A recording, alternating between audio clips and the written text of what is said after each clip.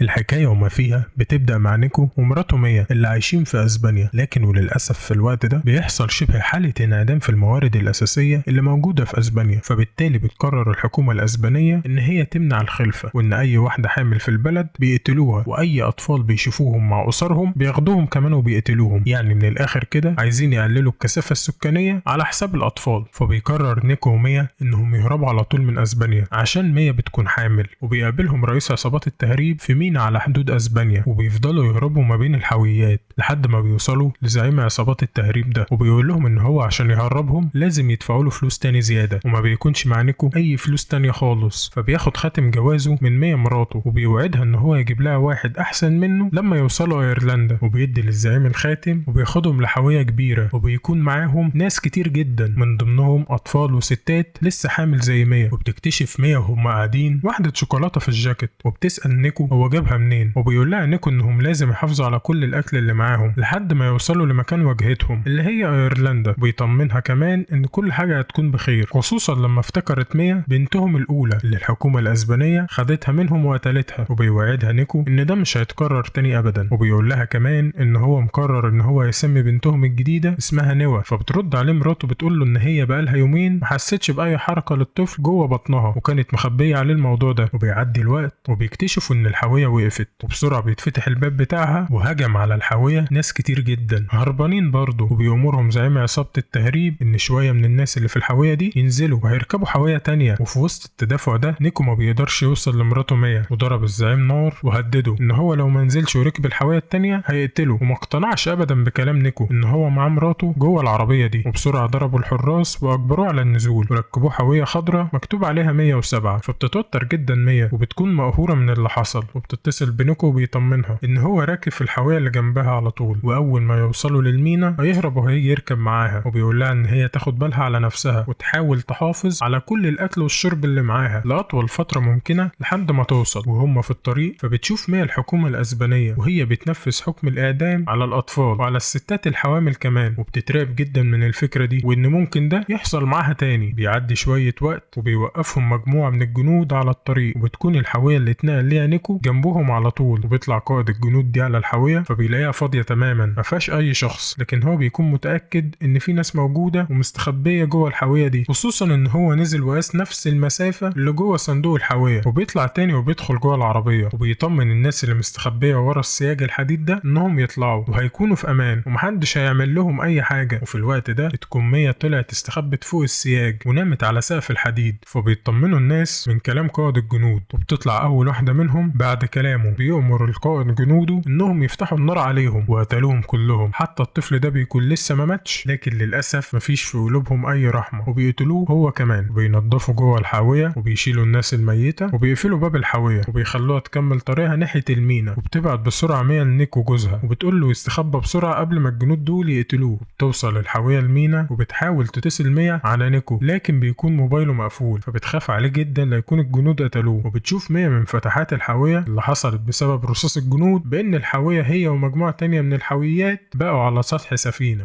وتدخل جوه البحر. وبتبتدي ميا تفوق وبتجمع قوتها وبتشوف الموارد اللي معاها، وما بيكونش معاها الا شويه ميه صغيرين واكل كمان قليل وشويه معدات منهم شنيور حديد صغير مع لمبه اضاءتها مش قويه برضه، بس اي حاجه احسن من مفيش. بتنام ميا وبتصحى مفزوعه جدا على عاصفه بتحصل بتتهز كل الحاويات اللي موجوده على السفينه، وبتتخبط ميا في راسها. ولما العاصفه زادت ده بيخلي كل الحاويات تقع من على ظهر السفينه في عرض البحر، فبتتعلق ميا في حبل جوه الحاويه بتتخبط في راسها وبيغمى عليها من الخبطة. وتاني يوم لما بتفوق ميا بتقوم مخضوضة وفي حالة من الهلع والخوف الهستيري، وبتجري في كل مكان وبتشوف من فتحات الحاوية انها في عرض البحر وان مفيش اي حاجة بتحاوطها الا مية البحر وبس. فبتطلع موبايلها وبيكون اتكسر من الوقعة، فبتشوف شنطة كانت تخص حد من الناس اللي كانوا راكبين معاها، وبتطلع الموبايل اللي فيها لكن بتلاقي الموبايل مقفول ولازم باسورد عشان يتفتح. فابتدت ميا تحاول تتصرف في الوضع اللي هي فيه ده، وفتحت الصناديق اللي موجودة جوه الحاوية الحاوية وبتلاقي فيها لبس وسماعات وعلب بلاستيك كلها فاضية. فبتجيب ميا شريط لزق كان موجود في الشنطة وبتبتدي تقفل بيه كل الفتحات اللي بيدخل منها المية. وفي لحظة بتسمع ميا صريخ قوي جدا جاي من حواليها من بره، فبتجري تشوف من الفتحات، فبتلاقي ميا الحاوية الخضراء اللي جواها جوزها نيكو، وبتكون الحاوية بتغرق بسبب الحمولة اللي جواها. وبتطلع بسرعة ميا خط الموبايل بتاعها وبتحطه في الموبايل اللي الخط التاني بتاعه مقفول بكلمة السر، وبتفضل تصرخ ميا وتنده على نيكو جوزها ان هو ما يستسلمش للموت، وبتتصل بيه لكن برضه موبايل نيكو بيكون مقفول. وللأسف في الآخر بتغرق الحاوية قدام عينيها وبيموت كل الناس اللي جواها. وبعد شوية بتمسك ميا سكينة في ايديها عشان تنتحر وتموت نفسها بيها، لكن للحظة بتحس بحركة الجنين جوه بطنها وبتقع السكينة من ايديها. وهنا بتعرف ميا ان الجنين بتاعها لسه عايش وحي وبيتحرك جوه بطنها، وده بيكون السبب اللي هيخليها ما تستسلمش للوضع اللي هي فيه ده وتحاول تخرج نفسها في اسرع وقت ممكن. وفي لحظة بتسمع ميا صوت حوت عمال يخبط في الحاوية بتاعتها من بره، وبيغلب على ميا التعب وبتنام. لكن ومرة واحدة بتغرق الحاوية وبتدخل المية جواها، فبتغرق ميا وبتكون بتطلع في الروح، لكن بتصحى وبيكون ده حلم مش حقيقة. فبتقوم ميا وبتلاقي ان شريط اللزق اللي على الفتحات اتفك، فبتجيب الجلدة اللي موجودة في غطا العلب البلاستيك الفاضية وبتبتدي تقفل بيه الفتحات دي. وفعلا بتنجح الفكرة دي، وبتكتب على شريط اللزق بان النهاردة هو تاني يوم ليها جوه الحاوية. لا وكمان بتحدد اقصى حد ممكن تعيش بيه جوه الحاوية لو المية اللي في الحاوية اتسربت وزادت. وبتحاول ميا ان هي تتصل بالطوارئ لكن ما بيكونش فيه شبكة، وبتقوم تفضي كل شنط الناس اللي كانت موجودة معاها في الحاوية، وبيكون معاها سندوتش وعلبة تونة واحدة وشوية مية صغيرين وشوية معدات برضو، كشاف صغير وكمان شنيور الحديد اللي قلنا عليه. وفي الوقت ده بتسمع ميا صوت التليفون بتاعها بيرن، واول ما بترد بتكتشف ان ده نيكو حبيبها، وبيبلغها ان هو لسه عايش وان هو قدر يهرب من عصابات التهريب ومركبش الحاوية قبل ما تتحرك. وبتحاول توصف له ميا مكانها وبتقول له انها حرفيا في عرض البحر ومفيش اي علامة حواليها مميزة تقول له عليها. وبتقول له كمان ان هي حست بحركة الجنين جوه بطنها وان طفلهم لسه عايش ما ماتش. فبيبلغها جوزها انها لازم تتماسك ولازم تحافظ على كل الموارد اللي موجودة معاها لحد ما يحدد مكانها ويجي ينقذها. وبيعدي الوقت وبتحس ميا بوجع شديد وألم في بطنها مش قادرة تستحمله، وبتعرف انها خلاص بتولد وانها ممكن الطفلة تموت لو ما ولدتش حالا. تدخل ميا بسرعة جوه صندوق عشان بتحصل عاصفة شديدة جدا وكمان المطرة بتمطر والحاوية عمالة تتحرك يمين وشمال وتتهز وهي مش مستحملة كل ده. وفي الوقت ده بيتصل عليها نيكو لكن الموبايل بيقع منها في المية، وبتقوم ميا عشان تجيبه وبيزيد عليها ألم الولادة، وبتتعلق ميا وبتمسك في الحبل وبتصرخ بكل قوتها من شدة الألم. وفي اللحظة دي بيتولد الجنين تحت المية وبتشيله بسرعة ميا وبتفضل تخبط على ظهره لحد الطفل ما بيصرخ، فبتطمن ميا ان هو عايش مش ميت. بيعدي اليوم التاني وبيكون ده اليوم التالت على ميا وهي في عرض البحر، لكن المرة دي مش لوحدها، بيكون معاها طفلتها اللي قررت تسميها نوى زي ما نيكو حبيبها كان عايز. وبتحاول ميا ترضع الطفلة لكن ما بتستجيبش نوى للرضاعة، فبتاكل ميا شوية من علبة التونة وبتحافظ على الباقي وبتشرب كمان شوية مية قليلين كده، وبتفضل بنتها تعيط وتصرخ جدا. فبتيجي في بال ميا فكرة بسرعة وهي انها تاخد الشنيور الصغير ده وتحاول تعمل بيه فتحات في سقف الحاوية، وفعلا بتعمل كده لكن بتتخض جدا الطفلة الصغيرة من الصوت وبتصرخ بطريقة جنونية، وده بيعصب ميا جدا فبتزعق لها بشكل هستيري وبتقول لها خليني اكمل الشغل اللي انا بدأته وبطلي صريخ وعياط، انا بعمل كل ده عشانك انتي. وبتصرخ فيها وبتقول لها ان هي لازم ترضع وتتغذى الا وهتموت منها. وطبعا كل ده من تأثير اللي حصل لميا وده مش طبيعي، وهي كده دخلت في مرحلة الجنان. ويعدي شوية وقت والأول مرة بتستجيب الطفلة نوى للرضاعة، فبتفرح مامتها ميا جدا وبعدها بتقوم تاكل كل الأكل اللي معاها بطريقة جنونية وبتشرب معظم اللي باقي من المية، وبترجع تكمل تقطيع في سقف الحاوية لكن بيتعطل الشنيور بسبب سمك الحديد وهو مش مخصص لشغل زي ده. فبيبان اليأس والإحباط على ميا والله الله يكون في عونها، وبترجع تشغل الموبايل من تاني لكن الشاشة ما بتفتحش معاها، وبتتعصب ميا بشكل هستيري وبتبتدي ترمي في كل حاجة قدامها وبيقع قصادها السكينة اللي هي كانت هتنتحر بيها، وبتجيبها ميا وبتكمل بيها تقطيع في سقف الحاوية. ومن شدة الاحتكاك بتتعور ميا في ايديها وايديها بتفضل تنزف في دم لكن هي بتكمل، وبتكون تعبت خلاص ميا وجابت اخرها وبتروح تطمن بنتها وتسكتها وبتنام جنبها. وبتقوم بالليل بتكون جعانة جدا بسبب الرضاعة وما بيكونش فيه اي اكل خالص، كل الاكل اللي موجود هنا خلص. فبتضطر ميا بشكل مقزز انها تاكل الحبل السري اللي احتفظت بيه اول ما ولدت نوى، وبيظهر تاني الحوت حوالين الحاوية وبيبتدي يخبط على الحديد من بره، فبتخاف جدا ميا وبتضرب بايديها على الحديد عشان الحوت يبعد عنهم. وبيجي نهار سادس يوم لميا وبنتها وهم محبوسين جوه الحاوية، وبتكمل تقطيع في السقف، وكالعادة من سوء حظها بتتكسر السكينة في ايديها، وابتدى يحصل لها هلاوس وتخيلات من قلة الاكل ومن كل اللي هي فيه ده. وبتتخيل بنتها اللي الحكومة خدتها وقتلتها، وبتقول لها ان هي السبب في اللي حصل لها، وبتختفي تاني. وكمان بتتخيل جوزها نيكو جنبها وبيساندها وبيقول لها ان هي ملهاش اي ذنب خالص في كل اللي هي فيه. بتفوق ميا من الهلاوس على مية المطر اللي بتمطر، وبتجمعها في العلب البلاستيك الفاضية، وبتعلق ميا حبل على حواف الحديد اللي هي قطعتها، وبكل وزنها بتشد فيه لحد ما بيتفتح السقف وبيبان قدامها السما، وبتفضل تضحك وبتكون فرحانة باللي هي عملته ده جدا، وانها شافت السما من تاني. وبتاخد بنتها وبتطلع فوق الحاوية، وبتقول لبنتها طبعا ان هي اكيد فرحانة دلوقتي عشان بس شافت السما والشمس وخرجت من الحبسة بتاعة الحاوية. وهي بتغير لها بترمي قطعة من القماش في البحر، فبيتلم السمك حواليها، وبيجي الميا الامل من تاني، وبتحاول ان هي تصطاد اي سمكة لكن للاسف بتفشل. وبيعدي من فوقها طيارة، فبتنزل ميا بسرعة تجيب مراية عشان تلفت نظر الطيار، وهي خارجة بسرعة بتتشبك رجلها في حواف الحديد اللي هي قطعته، وبيكون جرح شديد جدا. وفي الاخر للاسف الطيارة ما بتنجحش في انها تشوف استغاثة ميا، وبتنزل ميا من تاني وهي بتنزف بشكل مؤذي جدا، وبتطهر الجرح بتاعها وبتصنع ابرة وخيط من السلوك وبتخيط بيه الجرح، وبتكون ميا بتطلع خلاص في الروح من شدة الألم. وبيجي الليل وبتصنع ميا شبكة للصيد من سلوك السماعات اللي كانت جوه الصناديق، وبتنجح فعلا ان هي تصطاد السمك، وبتاكل السمك وهو ناي عشان هي كده هتموت من قلة الاكل. وبيجي اليوم التاسع لميا وبيكون خلاص الحاوية قربت تغرق من كتر المية المتسربة جواها، وبتجيب ميا العلب البلاستيك